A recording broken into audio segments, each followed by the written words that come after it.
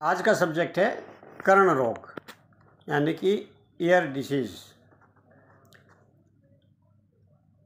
Video शुरू करने से पहले मैं आपसे गुजारिश करता हूं कि आपने अगर मेरा चैनल सब्सक्राइब नहीं करा तो आप कर लें, ताकि आपको ये महत्वपूर्ण और आयुर्वेद के गूढ़ रहस्य, ऋषि महर्षियों के फार्मूले जो प्रचलित नहीं हैं और घरेलू है, बड़े आसान है, वो मैं बताता हूँ।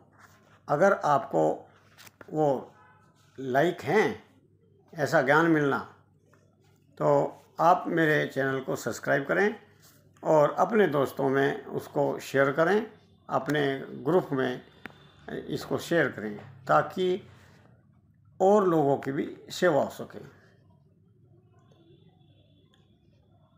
सबसे पहले है कर्ण पीड़ा, कान का दर्द। तो जिस कान में दर्द है तो उसी नाक के नथुने में कपूर का नश्य करें। कपूर अगर पिघला हुआ है तो आप उसके नाक में डालें, या हल्का सा पाउडर पीस कर उसका चूर्ण हल्का सा नाक में नश्य दें। कान के दर्द में ऊंट का पेशाब हल्का सा गर्म करके 3 बूंद कान में अगर डालते हैं तो कान का दर्द तुरंत आराम मिल जाता है। अगर कान में दर्द है, कम सुनता है, बहरापन है, तो आप गेंदे के फूल, वो मोस्टली आपके आसपास मिल जाएंगे, गेंदे के फूल का रस निकालें और अपने कान में 2-2 बूंद दिन में 2-3 बार डालने से कान के सुनने में आराम मिलता है और दर्द में भी आराम मिलता है। बिलवादी तेल, कान के किसी भी रोग में बिलवादी तेल अगर डालते हैं तो आपको राहत मिलती है, और बहरापन का तो ये स्पेशल ट्रीटमेंट है बिलवादी तेल।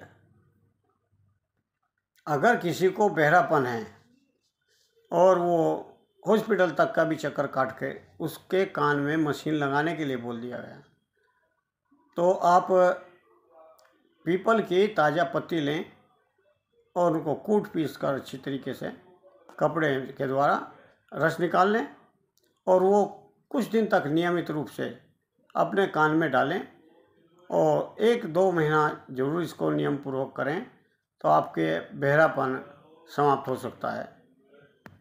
और इसी रस को, पीपल के पत्ते के रस को अगर आप कान में डालते रहते हैं हल्का सा गर्म करके, तो आपके कान का दर्द बंद हो जाएगा और आपका कान बहना भी बंद हो जाएगा।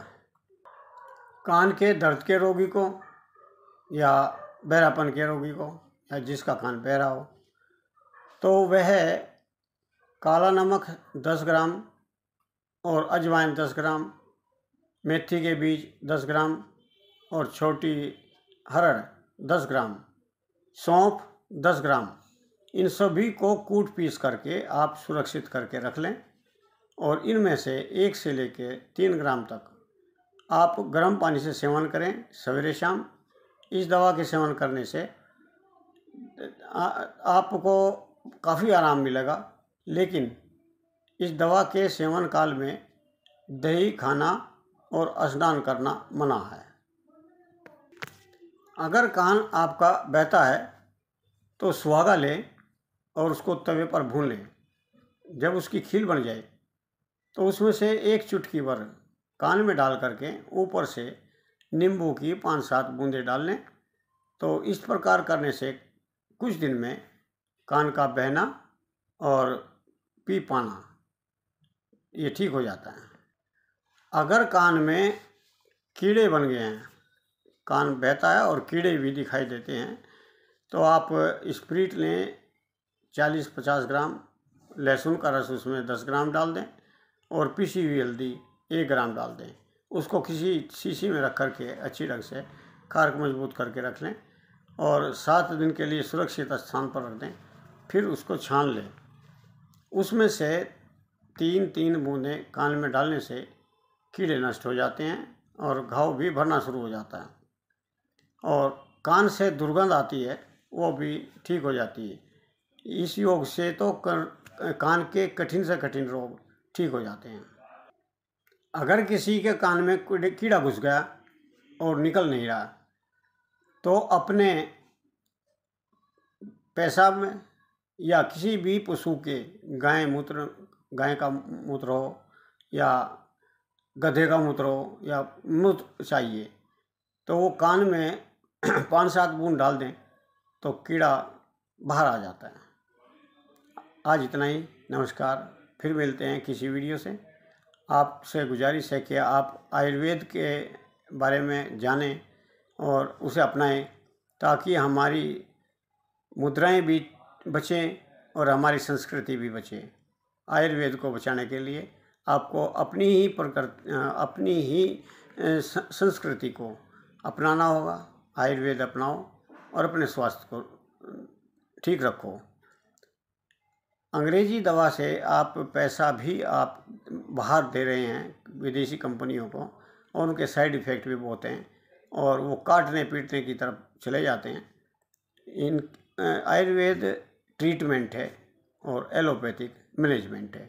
इस बात का आप हमेशा ध्यान रखें कि अंग्रेजी दवा से आपका मैनेजमेंट किया जाता है और आयुर्वेद में रोग का समूल नष्ट किया जाता है। अब इसका कुछ लोग विरोध करते हैं, अब करते रहे। मैं तो 40 साल से देख रहा हूँ। धन्यवाद। आज इतना ही। फिर मिलते हैं किसी वीडियो के साथ। नमस्कार। जय हिंद। जय आयुर्वेद।